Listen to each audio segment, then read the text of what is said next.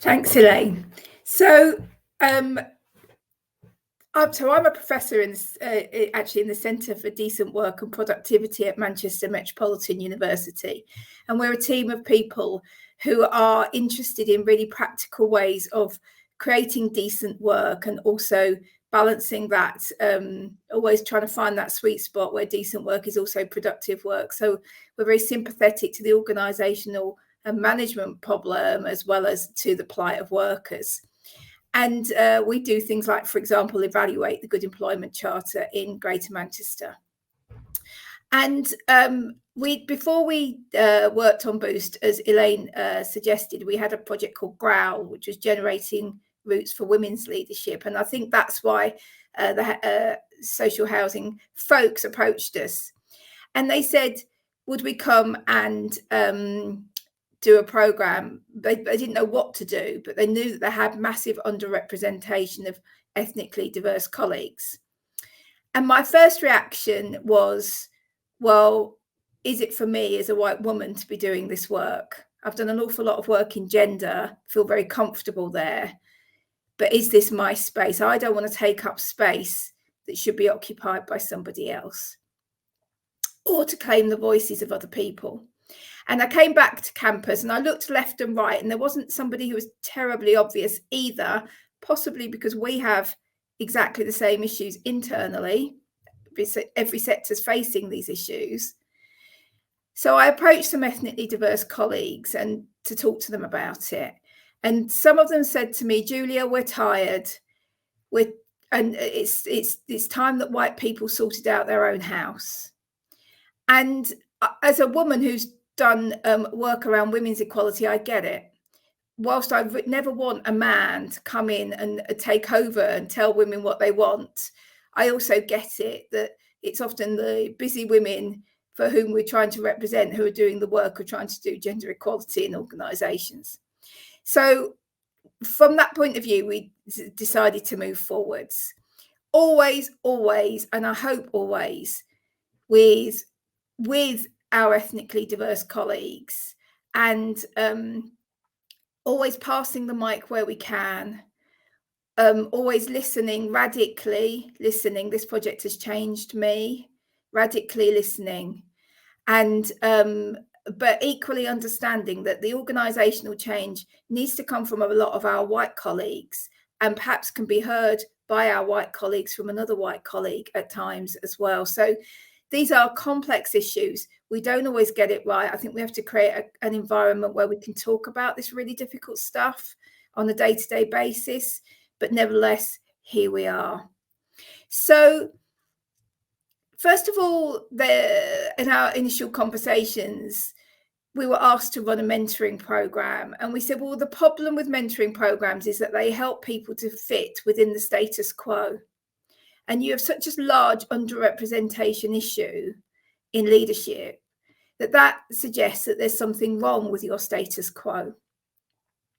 Now, I've done enough diversity work to know that the number one thing that makes a difference is serious buy-in from the top. So it was a really good sign for me when I had buy-in from several of the chief executives of housing associations who said, yeah, we buy that. We get that. We think that a much broader, much more challenging program is required rather than just putting some of our staff on a mentoring program. And that's where we started with the pilot project. And now we're running Boost. Boost is funded under something called a knowledge transfer partnership. Now, this is a government source of funding run by Innovate UK that enables a university to work on an innovation project with an organisation. And in this case, a partnership of organisations. The organisation puts in about half the money and Innovate UK puts in the rest of the money. And it enables us to hire a KTP associate who is the main project manager for the everyday work of the project.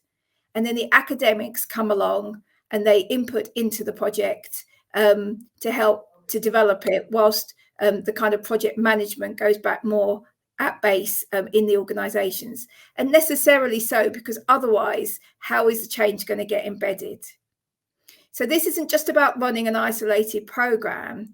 This is about developing a learning process where we start with a theory of change, we test that theory of change, we learn together, putting practitioner knowledge and academic knowledge side by side, and together we make sense. We iterate the program, and the idea is that at the end of Boost, we hope to come up with a package of an evidence-based approach to creating change for ethnic diversity, leadership, equality in organisations that we can use in other organisations.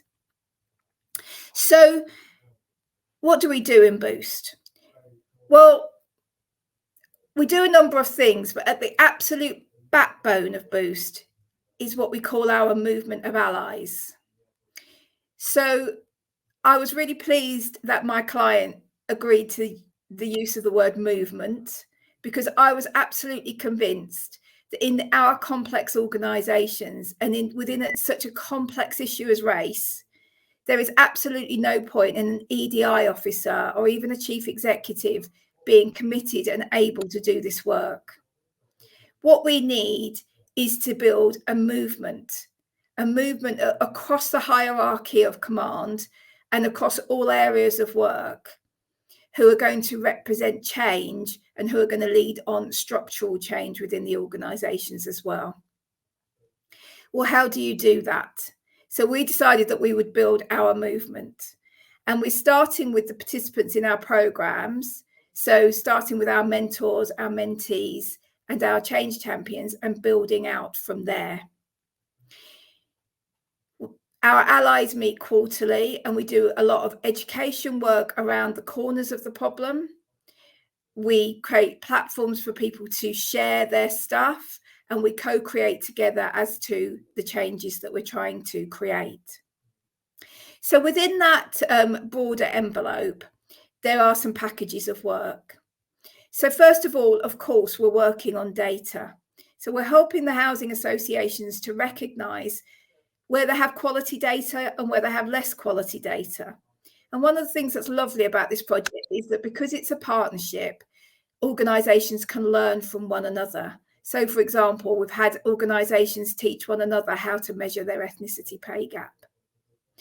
But we also need to understand that those inequalities of representation vary, and we haven't done all of this work yet, but I'd like us to look across the kind of occupations and professions, areas of leadership, to really understand the corners of the issue that's causing, that tells us the shape of the problem and that causes it.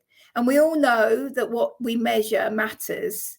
And so we're working towards each organisation having a kind of knowledge board or a traffic light system, where some key data will be assessed at board or management level on an annual basis, so that this issue can be continuously tracked. The housing sector, I'm told, was possibly in a better position 10 years ago. It's done phenomenally well in terms of female representation in leadership. But it's really clear that without significant change, there is no real prospect of step change around this issue in housing. So we really do need to keep management attention on the issue.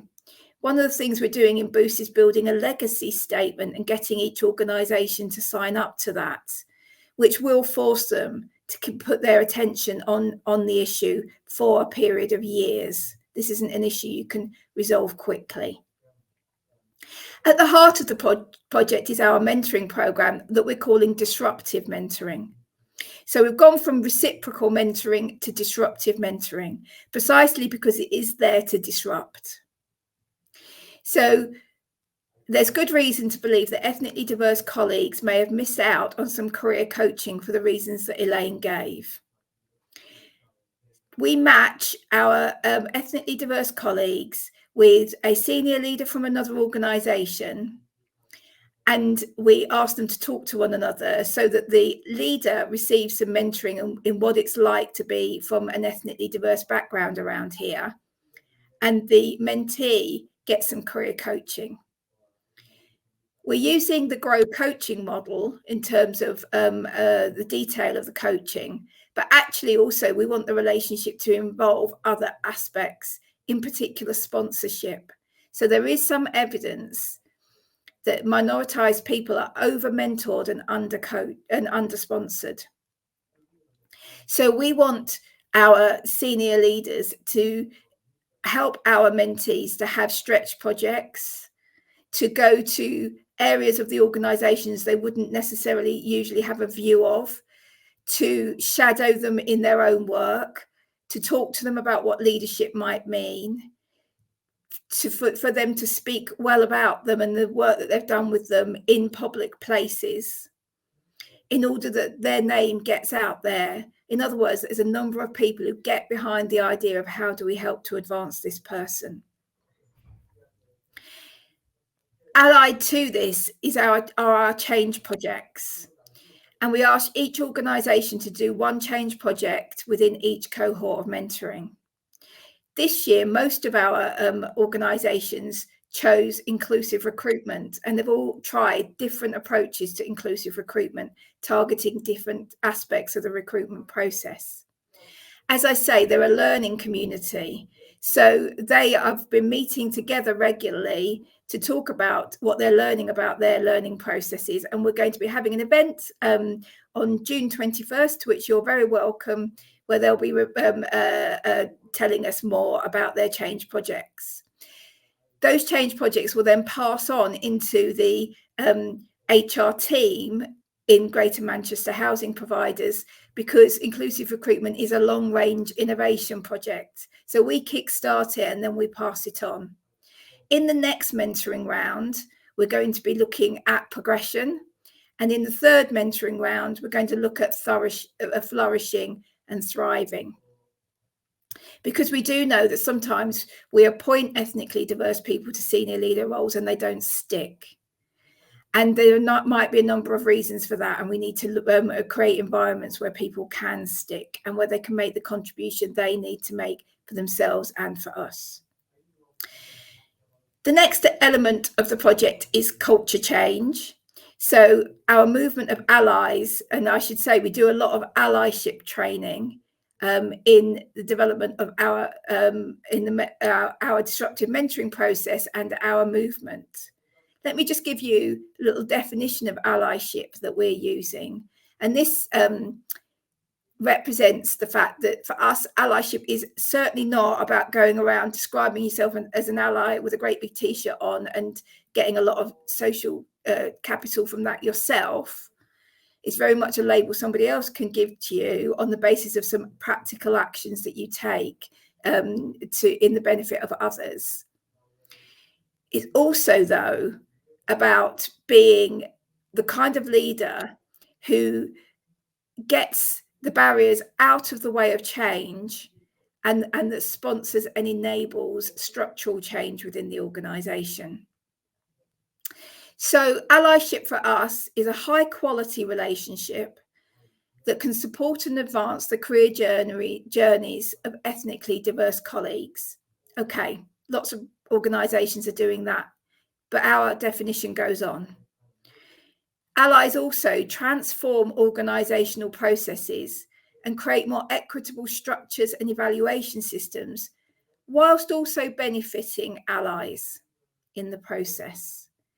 So there is some disagreement in the literature about whether allies should ever get anything out of allyship because of this real danger, I think, of false allyship. But my belief is that we need to appeal to people's human interests. People want to get things out of things, but also our allies who really engage tell us that this is actually quite a life-changing experience for them, that they get an awful lot out of it in terms of their own learning and education. It's really important to their job satisfaction. So in fact, there's a lot to be got out of this from the allies as well. So we want to create also systems change. And we're just going through an interesting phase in the project at the moment of inviting each of the housing associations to develop their own boost strategy and to sign up to a commitment, a minimum commitment, and an action plan for change. and which is all part of the process of keeping management attention on the issue. So we won't be prescribing exactly what they do. Each organisation is its own complex system. We will be creating a kind of diagnosis and planning process whereby organisations can think about that, but each of them will be using their own creativity and leaning in on what's possible in their organisations to create change. It's really crucial that we then harness the progression of ethnically diverse colleagues and their new voice in our movements, their ability to come forwards and say, we think we're underrepresenting some of our tenants in various ways, for service improvement. Because the ultimate aim of having a more diverse staff is that we do improve services. So in year 3 of the project, we're going to be doing a lot more work here. And in a way, it's an opportunity to give our mentees that leadership opportunity by leading some service development innovations. Now, that doesn't mean that we want to see our ethnically diverse colleagues purely and utterly through the lens of the colour of their skin or their heritage. So we have to step carefully here, don't we, and not over-assuming what people know about different communities from looking at them or observing on a form or what have you as to their heritage. But at the same time, we have to recognise that often they do have insights that we as white leaders lack. And so we need to do that work. And then lastly, we're doing a lot of evaluation work to find out what works, where and why. I think it's really boring in evaluation just to measure if it worked or not. The much more interesting question is to know, what is it about the context that enabled this to land? What enabled it to accelerate? And what was it about the context that stopped it working? Now, in some ways, that's a challenge back to us as program designers to think about how we may need to work with the context to scaffold the context to be ready for the change. But in another way, it's also turning back to our leaders and saying, these are the things that you need to change about your organisation in order to make sure that change can really happen here. Now, this all sounds probably quite clean. And to some extent, you know, we're working through a range of work packages as you normally would with a project. But there is also some really important overarching learning, excuse me, learning that's coming out and that comes back to us in rounds and rounds and rounds that we're working our way through. One aspect of that is, how do we deal with variation in commitment? I think in any project, that's one of our problems. How do we raise motivation? How do we hold people to account? How do we become more clear about what we're asking and then hold them to account for actually doing that? Another issue that we're facing is, how do we keep people safe? If we're asking people to speak truth to power, it's our business to give them some protection. And equally, a program like this can't create complete safety. So how do we message to people how they can read their environments and think about what challenge they can bring to their organisations safely? What challenge perhaps would be less safe? How they make decisions about when it's time to be courageous, or when they want to bring in other allies to work with them towards some change, whether or not they want to raise that in a third party confidential sort of way. So we're trying to develop a range of kind of system level solutions to how we keep people safe.